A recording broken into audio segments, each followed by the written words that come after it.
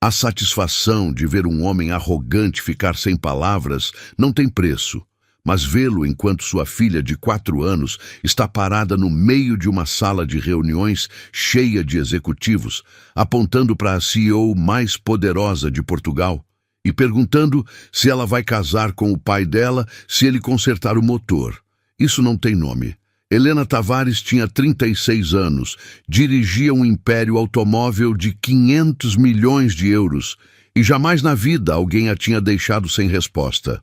Até aquela terça-feira de outubro, quando um mecânico chamado Rafael apareceu no seu escritório em Lisboa com um motor reconstruído sobre a mesa de conferências e uma menina loira de vestido azul que acabava de mudar o rumo do seu destino. O que ninguém sabia era que esse motor não era qualquer motor, era o motor do carro do seu pai falecido, a única lembrança que lhe restava dele. E o homem que o tinha ressuscitado dos mortos acabava de fazer algo que nenhum engenheiro da sua empresa tinha conseguido em 5 anos. Helena Tavares tinha construído o seu império sobre as cinzas de uma tragédia. O seu pai, João Tavares, tinha sido um engenheiro brilhante que sonhava criar o motor mais eficiente de Portugal. Trabalhava numa pequena oficina nos arredores do porto, passando noites inteiras entre projetos e protótipos, enquanto a filha pequena o observava fascinada num canto. Helena tinha crescido com o cheiro a óleo de motor e o som das ferramentas como banda sonora da sua infância. Quando tinha 16 anos, o pai morreu num acidente de trânsito. Ironicamente, o homem que dedicou a vida a aperfeiçoar motores morreu por uma falha mecânica no carro de outro condutor. Deixou para trás uma viúva destroçada, uma filha adolescente e um protótipo de motor inacabado que representava o trabalho de toda a sua vida. A mãe de Helena vendeu a oficina para pagar as dívidas e sobreviver, mas Helena guardou o motor do pai como um tesouro sagrado. Levou-o consigo para a universidade, onde estudou engenharia mecânica com uma determinação feroz. Levou-o ao primeiro emprego, ao primeiro apartamento, a cada etapa da sua vida. Era o seu talismã, a sua ligação com o homem que lhe tinha ensinado que os sonhos se construíam com as mãos manchadas de graxa e o coração cheio de paixão. Aos 25 anos, Helena fundou Tavares Motors com um empréstimo bancário e uma ideia revolucionária. Aos 30, a sua empresa era líder em tecnologia de motores híbridos em Portugal. Aos 35, tinha expandido o seu império a toda a Europa, com sede principal num arranha-céus de vidro no coração financeiro de Lisboa. Os jornais chamavam-lhe a rainha dos motores. As revistas de negócios colocavam-na nas capas e os investidores faziam fila para se associarem a ela. Mas o que ninguém sabia, o que Helena guardava como seu segredo mais profundo, era que o motor do pai continuava sem funcionar. Durante 20 anos, tinha contratado os melhores engenheiros do mundo para tentar completar o trabalho de João Tavares. Tinha gasto fortunas em especialistas, em tecnologia de ponta, em análises computadorizadas e todos tinham fracassado. O motor permanecia silencioso, uma lembrança constante de que havia algo que o seu dinheiro não podia comprar. Aquela terça-feira de outubro, Helena chegou ao escritório às 7 da manhã. Como sempre, a sua assistente, Mariana, esperava-a com café e uma lista de reuniões que ocupavam cada minuto do dia. Havia uma reunião de diretoria às 9, uma videoconferência com investidores alemães às 11, um almoço de negócios com o ministro da Indústria à 1. A sua vida era uma sucessão perfeitamente orquestrada de obrigações e responsabilidades. Às 8h30, Mariana entrou no escritório com expressão desconcertada. Disse que havia um homem na recepção que insistia em vê-la, um mecânico de uma vila do interior que afirmava ter algo que lhe pertencia. Helena franziu a testa, irritada com a interrupção.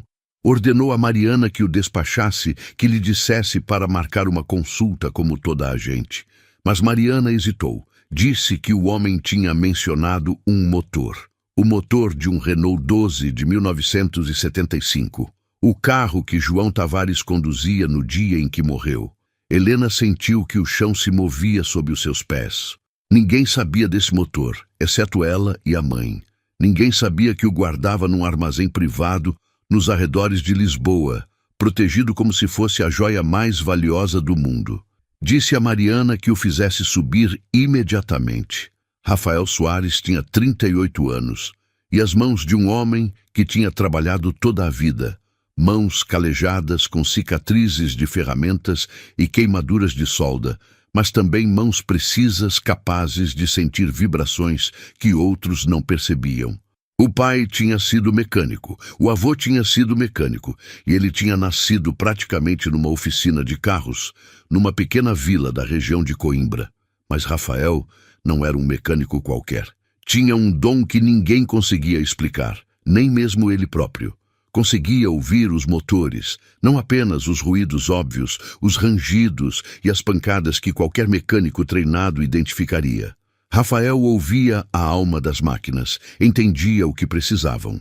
Sentia onde estava o problema antes de abrir o capô. A sua pequena oficina em Coimbra era famosa em toda a região. As pessoas conduziam horas para lhe trazer carros que outros mecânicos tinham dado como perdidos. Clássicos dos anos 60, motores antigos que já não fabricavam, veículos que qualquer outro teria mandado para o desmantelamento. Rafael ressuscitava-os a todos, devolvia-lhes a vida com paciência e dedicação, como um médico que se recusa a desistir de um paciente terminal. Vivia sozinho com a filha Sofia, que acabava de fazer 4 anos. A esposa Ana tinha morrido de cancro quando Sofia tinha apenas 1 ano. Desde então, Rafael tinha criado a filha entre motores e ferramentas, ensinando-lhe que não havia nada no mundo que não pudesse ser consertado, se lhe dedicassem amor e paciência suficientes. Sofia era uma menina especial. Tinha os olhos azuis da mãe e a determinação silenciosa do pai. Não falava muito, mas quando o fazia, as suas palavras tinham um peso que surpreendia os adultos. Passava as tardes na oficina, enquanto o pai trabalhava, desenhando carros com lápis de cor ou falando com os motores como se fossem animais de estimação que precisavam de consolo. 3 meses antes daquela terça-feira de outubro, um homem tinha chegado à oficina de Rafael com um reboque. No reboque havia um motor velho, oxidado, que parecia ter sido abandonado durante décadas. O homem explicou que trabalhava para uma empresa de armazenamento em Lisboa e que estavam a esvaziar um depósito por falta de pagamento. Tinha encontrado esse motor entre as coisas abandonadas e, sendo aficionado de carros clássicos, tinha reconhecido que era algo especial. Perguntou se Rafael conseguia identificá-lo e talvez restaurá-lo. Rafael examinou o motor durante horas. Era um protótipo experimental. Isso estava claro. Alguém tinha investido anos de trabalho nesse design. Tinha inovado de maneiras que ele nunca tinha visto, mas também estava incompleto. Havia ligações que não levavam a parte alguma, sistemas que não encaixavam. Era como uma sinfonia inacabada, bela, mas truncada. Encontrou uma placa pequena, quase invisível, sob camadas de ferrugem. Dizia J. Tavares, 1990. Rafael investigou. Passou noites na internet. Ligou a velhos conhecidos do mundo da mecânica clássica. Visitou bibliotecas e arquivos. Descobriu a história de João Tavares, o engenheiro visionário do Porto, que tinha morrido antes de completar a sua obra-prima. Descobriu que tinha uma filha que agora dirigia uma das empresas automóveis mais importantes da Europa. Descobriu que essa filha tinha procurado durante 20 anos alguém que pudesse terminar o trabalho do pai. E então, Rafael fez algo que nenhum engenheiro de elite tinha conseguido. Ouviu o motor. Sentou-se junto dele durante noites inteiras, estudando cada componente, sentindo cada ligação, e pouco a pouco começou a entender o que João Tavares tinha querido criar. Viu o gênio por trás do design, a visão que tinha guiado cada decisão, e soube exatamente como completá-lo. Levou-lhe 3 meses de trabalho intenso, noites sem dormir, cada cêntimo das suas poupanças em peças e materiais, mas conseguiu. O motor de João Tavares ganhou vida pela primeira vez em 35 anos, rugindo na pequena oficina de Coimbra como um leão que acorda de um longo sono. Sofia estava presente quando o motor arrancou, aplaudiu com as suas mãozinhas pequenas e disse ao pai que o motor estava feliz, que já não estava triste como antes. Rafael soube então o que tinha de fazer. Tinha de devolver esse motor a quem pertencia. Quando as portas do elevador se abriram no piso 28 da Torre Tavares Motors, Rafael sentiu que tinha entrado noutro mundo. Tudo era vidro e aço, superfícies brilhantes e pessoas em fatos impecáveis que o olhavam como se fosse um inseto que tinha entrado pela janela. Levava o seu uniforme de trabalho, o macacão cinzento com o nome bordado no peito, porque não tinha outra coisa para vestir, e levava Sofia pela mão porque não tinha encontrado ninguém que pudesse cuidar dela naquele dia. A recepcionista tinha-o olhado com desgosto quando chegou. Tinha-lhe dito que a senhora Tavares não recebia visitas sem marcação. Rafael tinha insistido, tinha mencionado o motor, tinha dito que era urgente. A recepcionista tinha chamado a segurança. E então Rafael tinha dito o nome de João Tavares e o modelo do carro. E algo na cara da recepcionista tinha mudado. Agora estava num corredor interminável, seguindo uma mulher de saltos altos, que caminhava tão depressa, que Sofia tinha de correr para acompanhar o passo. Chegaram a umas portas duplas de madeira escura, que se abriram para uma sala de conferências maior que toda a sua oficina, e ali estava Helena Tavares.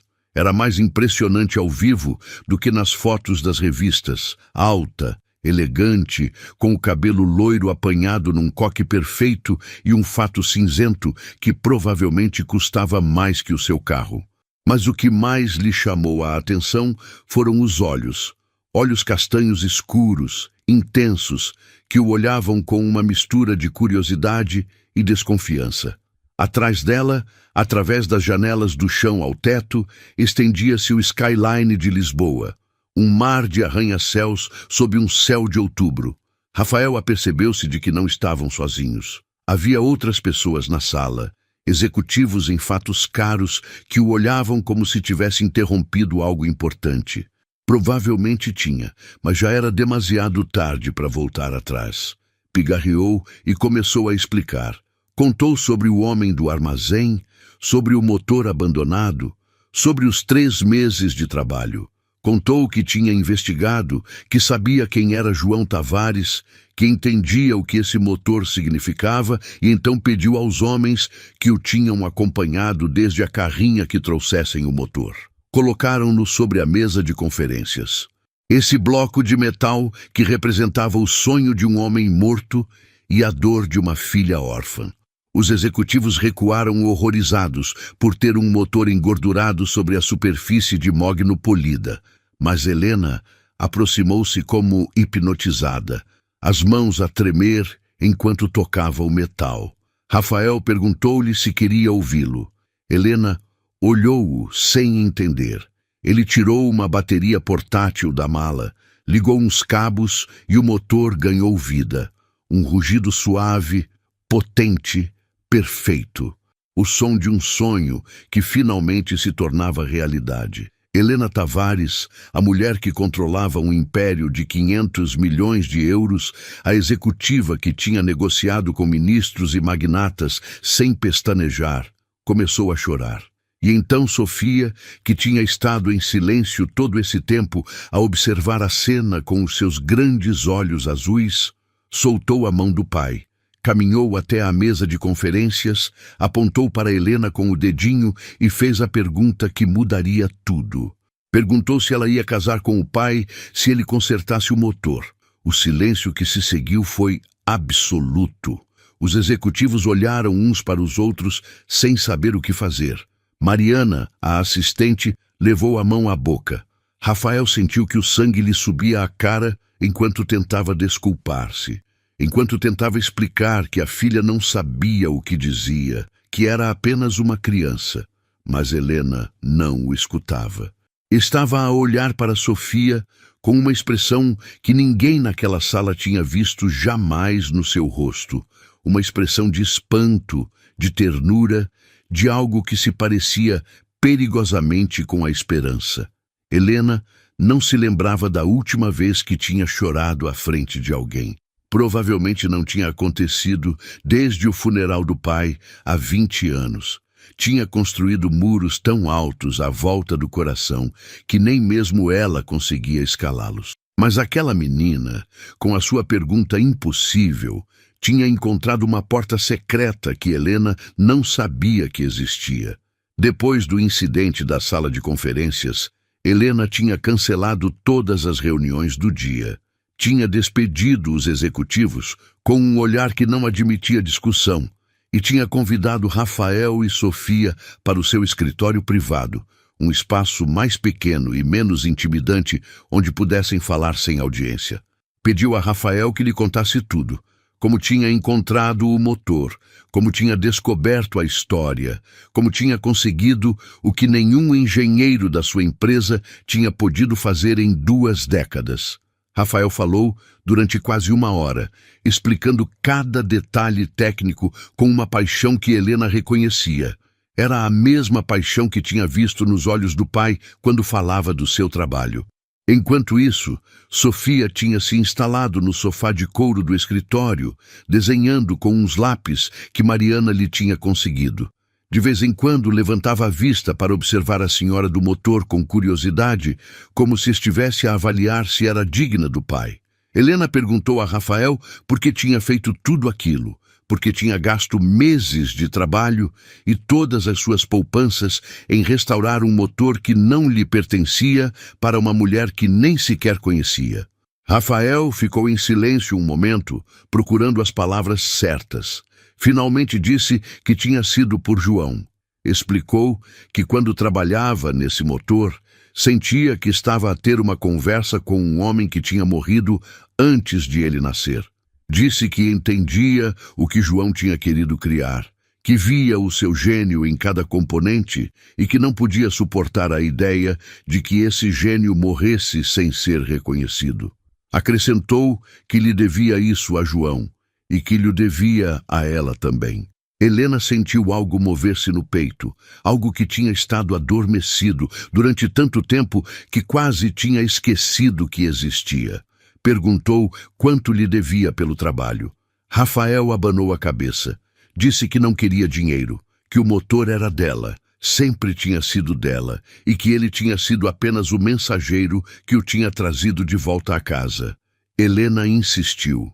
Disse que ele tinha investido meses de trabalho, materiais caros, as suas próprias poupanças, que tinha uma filha para alimentar, uma oficina para manter, que não podia simplesmente recusar uma compensação justa. Rafael sorriu pela primeira vez desde que tinha chegado.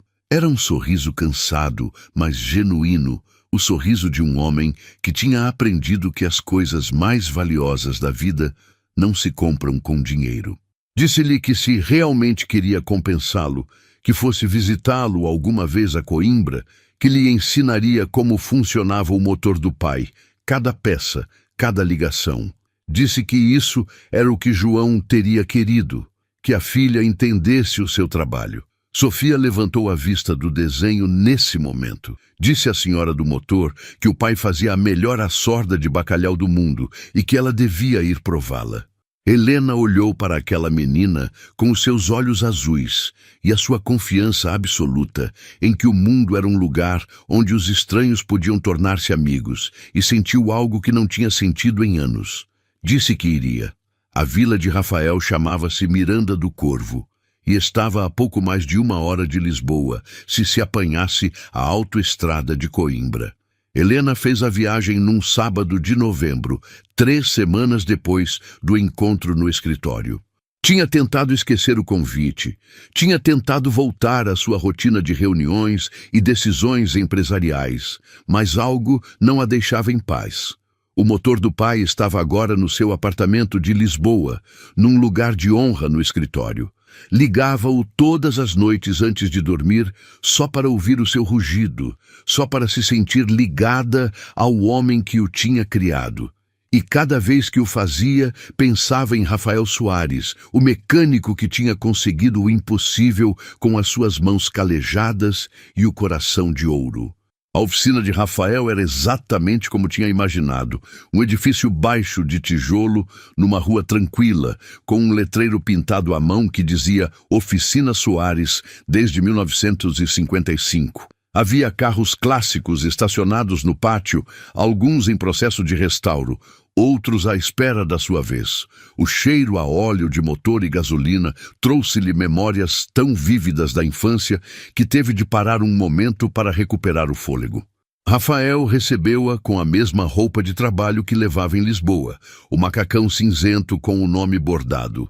Mas ali, no seu território, parecia diferente, mais relaxado, mais seguro, mais ele mesmo. Mostrou-lhe a oficina com orgulho contido, explicando a história de cada ferramenta, de cada carro que tinha salvo do esquecimento. Sofia apareceu a correr desde a casa adjacente com um vestido manchado de tinta e o cabelo apanhado em 2 tranças despenteadas. Atirou-se aos braços de Helena como se fossem velhas amigas, falando-lhe do gatinho novo, dos desenhos, de tudo o que tinha feito desde a última vez que se viram. Helena surpreendeu-se a si mesma a rir, abraçando aquela menina que mal conhecia, sentindo um calor que tinha esquecido que existia. O almoço foi na cozinha da casa. Uma divisão pequena e aconchegante com azulejos antigos e uma mesa de madeira que tinha visto décadas de refeições familiares. Rafael não tinha mentido sobre a açorda de bacalhau. Era a melhor que Helena tinha provado na vida, cremosa e perfeitamente temperada, servida com broa acabada de fazer da padaria da vila. Depois do almoço, Rafael levou-a à oficina e cumpriu a promessa. Mostrou-lhe cada detalhe do motor do pai, cada inovação, cada solução engenhosa que João tinha idealizado. Explicou como tinha completado o trabalho, que peças tinha tido de fabricar à mão, que ligações tinha descoberto que faltavam. Helena escutava fascinada, fazendo perguntas, tomando notas mentais. Pela primeira vez em 20 anos, entendia realmente o que o pai tinha tentado criar e pela primeira vez sentia que o pai estava presente, não como uma memória dolorosa, mas como um legado vivo que continuava a inspirar. Quando o sol começou a pôr-se sobre os campos, Helena apercebeu-se de que não queria ir-se embora. Levava anos a viver num mundo de vidro e aço, rodeada de pessoas que queriam algo dela, que viam o seu dinheiro antes da sua pessoa. Ali, naquela vila pequena, com aquele homem simples e a sua filha extraordinária, sentia-se mais ela mesma do que em qualquer sala de reuniões do mundo. Disse a Rafael que queria voltar, não como uma visita de cortesia, não como uma empresária agradecendo um favor. Queria voltar porque aquele lugar, aquelas pessoas, faziam-na sentir algo que tinha perdido há muito tempo. Rafael olhou-a com os seus olhos escuros, com uma intensidade que a fez prender a respiração. Disse-lhe que seria bem-vinda sempre que quisesse vir. E Sofia, que estava a brincar com o gatinho num canto, levantou a vista e perguntou se isso significava que a senhora do motor ia ser a nova mãe dela. Os meses que se seguiram foram uma transformação lenta, mas inexorável. Helena começou a viajar a Coimbra todos os fins de semana, primeiro com desculpas profissionais, depois sem necessidade de desculpas. Aprendeu a usar ferramentas que nunca tinha tocado, a sujar as mãos com graxa, a ouvir os motores como Rafael lhe ensinava. Descobriu que havia uma satisfação profunda em reparar coisas com as próprias mãos, uma satisfação que nenhum contrato milionário podia igualar. Sofia tornou-se a sua sombra durante essas visitas. A menina arrastava-a para ver os desenhos, para conhecer os amigos da vila, para dar passeios pelos campos, onde lhe explicava com seriedade absoluta que as vacas eram os seus animais favoritos, porque tinham olhos tristes e precisavam que alguém gostasse delas. Helena nunca tinha pensado em ter filhos. Tinha assumido que a carreira não deixava espaço para a maternidade, mas com Sofia descobriu um instinto que não sabia que possuía. A relação com Rafael evoluiu com a mesma naturalidade que todo o resto. Não houve declarações dramáticas nem gestos grandiosos. Houve conversas longas na oficina enquanto trabalhavam juntos. Jantares simples na cozinha de azulejos. Passeios pela vila quando Sofia já dormia. Houve mãos que se roçavam acidentalmente e olhares que duravam mais do que o necessário. Houve um beijo numa noite de fevereiro sob um céu estrelado que não se via jamais desde Lisboa. Um beijo que sabia a promessa e a lar. Helena não abandonou a empresa, não podia fazê-lo e não queria fazê-lo, mas começou a delegar mais, a confiar na equipa, a aceitar que o mundo não se desmoronaria se ela não controlasse cada detalhe.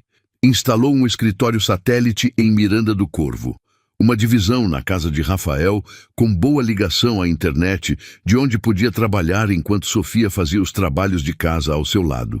A Tavares Motors começou a colaborar com a oficina de Rafael, um programa para restaurar carros clássicos e convertê-los em veículos híbridos, combinando a artesania tradicional com a tecnologia moderna. Foi um sucesso inesperado que atraiu atenção internacional e que converteu a pequena oficina de Miranda do Corvo num centro de inovação reconhecido em toda a Europa. Um ano depois daquela terça-feira de outubro, Rafael pediu a Helena que casasse com ele. Fê-lo na oficina, rodeados de motores e ferramentas, com o motor de João Tavares a rugir suavemente como testemunha. Não havia anel de diamantes. Havia uma porca de bronze que Rafael tinha polido até brilhar como ouro, gravada com as iniciais dele e dela. Helena disse que sim antes de ele terminar de falar. Casaram-se na primavera, no pátio da oficina, sob guirlandas de luzes que Sofia tinha ajudado a pendurar. A menina foi a dama de honor, com um vestido azul que tinha escolhido ela mesma e flores silvestres no cabelo. Os convidados eram uma mistura impossível de executivos de Lisboa e vizinhos da vila. Todos a conviver como se não existissem as diferenças de classe que o mundo exterior insistia em manter. Helena levou o motor do pai à cerimônia, colocou-o junto ao altar improvisado e, no momento dos votos, Rafael ligou-o. O rugido encheu o pátio, um aplauso mecânico do homem que não tinha podido estar presente, mas que de alguma forma tinha orquestrado tudo. 3 anos depois, Helena e Rafael tiveram um filho. Chamaram-lhe João, em honra do homem cujo sonho inacabado tinha unido 2 pessoas que nunca deviam ter se conhecido. Sofia, que já tinha 7 anos, assumiu o papel de irmã mais velha com uma seriedade que fazia toda a gente rir. O motor de João Tavares continua no escritório da casa de Miranda do Corvo, que agora é o lar de toda a família. Helena liga-o todas as noites antes de dormir.